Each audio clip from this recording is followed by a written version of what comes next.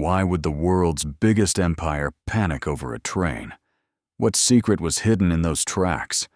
And why did Britain destroy nations to stop it? The answer begins with a railway and ends with a war. Britain, at the height of its dominance, believed its empire was invincible. It controlled continents, oceans, trade routes, and the invisible arteries that carried wealth across the world. But the true strength of the British Empire did not lie in its soldiers or ships. It lay in its monopoly over movement. Britain controlled the seas. Therefore, Britain controlled global trade. Its navy acted like a steel cage surrounding Europe, Africa, Asia, and the Middle East.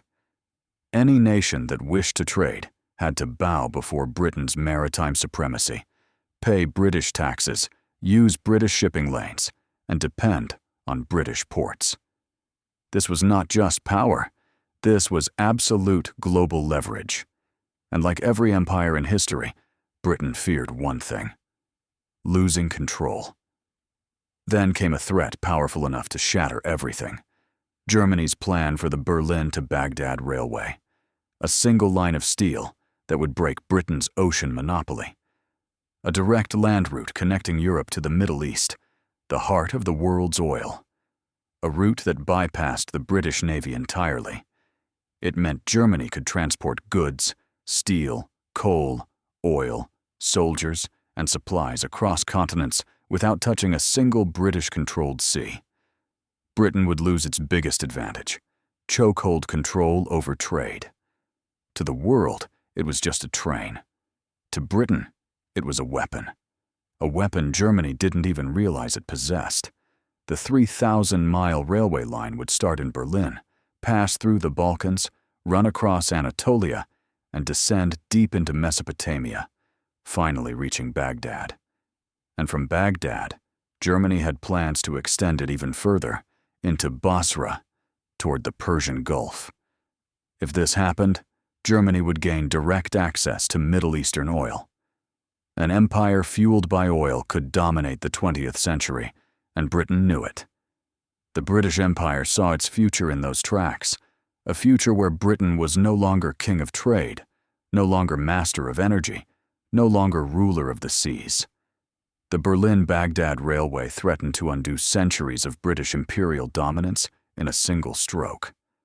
But why did Britain panic so dramatically? Because the world was changing, fast. Coal had powered the 19th century, but oil would power the 20th. Britain understood that oil was the future of industries, transportation, and warfare. Steam engines were giving way to diesel engines. Wooden ships were giving way to steel ships. Armies were transitioning from horses to engines. The empire that controlled oil would control history. The Ottoman Empire unknowingly sat on enormous oil fields in Mesopotamia. Germany knew it, Britain knew it, and both nations understood what it meant. If the Berlin-Baghdad Railway succeeded, Germany would have the most efficient and cheapest access to the world's most valuable resource. Britain felt the ground shifting beneath its feet. It saw the rise of a rival superpower, one that could match or even surpass it. And Britain decided something quietly behind closed doors. The railway must not be completed. The Middle East must not stay stable. Germany must not reach the oil first. This was the beginning of the Silent War, a war fought not with armies, but with manipulation, sabotage, bribery, revolts, and division. To stop the railway, Britain needed to destabilize the Ottoman Empire from within. The Ottomans had governed diverse ethnic and religious groups for centuries: Arabs, Kurds, Armenians, Turks, Assyrians, Greeks, each with their own identity. Britain realized that these differences could be weaponized. If the region surrounding the railway became unstable, Germany could not build it. Stability was the railway's oxygen. Chaos was Britain's weapon. So Britain began planting seeds of distrust between communities. It promised autonomy to Arabs, independence to Armenians, and recognition to Kurdish groups. It funded newspapers, religious leaders, and writers who spread disinformation.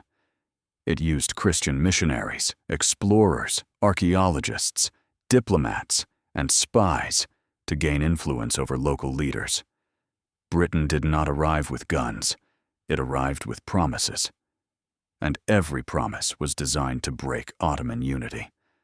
Because a broken Ottoman Empire meant a broken railway.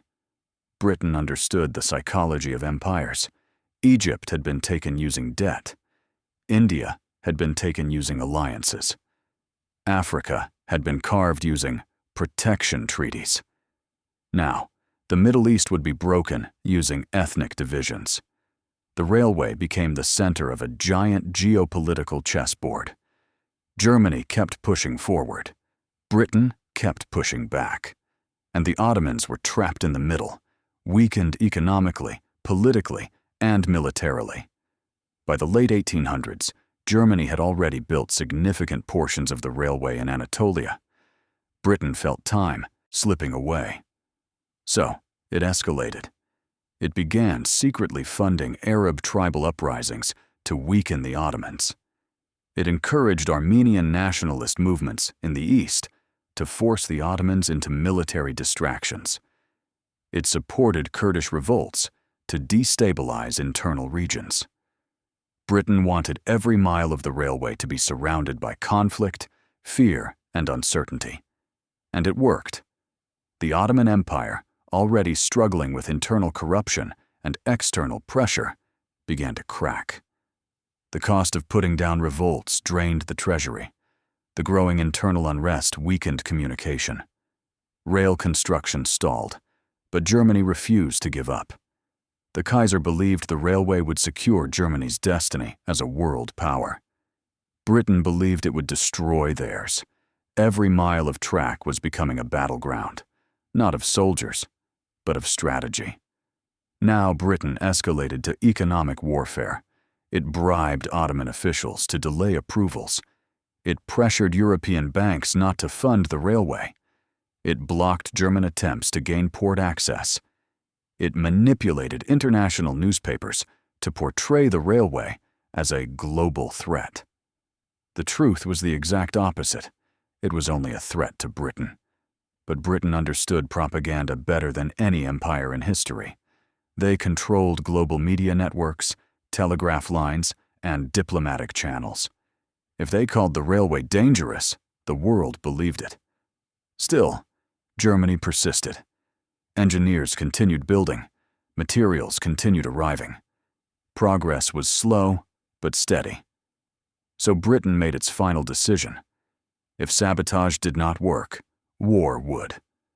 Britain saw rising tensions in Europe as an opportunity. It used its vast influence to harden alliances, manipulate negotiations, and push the continent closer to conflict.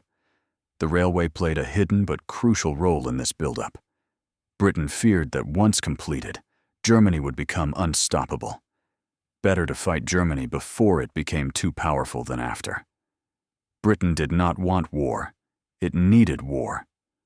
War was the only way to crush German ambitions completely. But a war between Germany and Britain meant dragging the Ottoman Empire into the conflict. And if the Ottomans entered the war on Germany's side, the railway would be destroyed in the chaos. Every strategy Britain used, alliances, propaganda, promises, manipulations, was designed to create a perfect storm. And when that storm arrived, it would destroy not just the railway, but the political structure of an entire region. By the early 1900s, the Middle East was a powder keg, unstable, divided, and on the brink of collapse.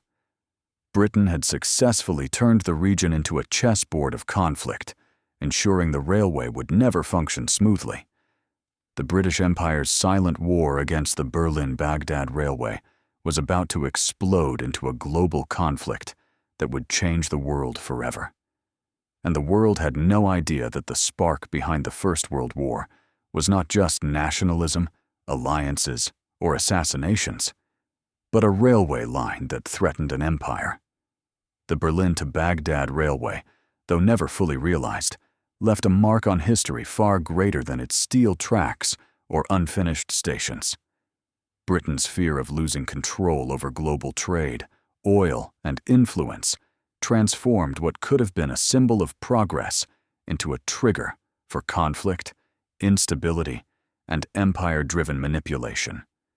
Every bribe, every uprising, every whispered promise to local leaders, every orchestrated revolt, and every delay engineered along the route was part of a calculated effort to prevent Germany from connecting to the Middle East's oil and reshaping the balance of power. When the Ottoman Empire weakened, Britain acted not with swords alone, but with strategy, carving borders, stoking tribal tensions, and manipulating ethnic divisions to ensure the railway could never function as a unifying artery. Iraq, Jordan, Palestine, and Kuwait became political constructs designed to divide, distract, and destabilize, and the reverberations of these decisions continue to define conflicts in the region today.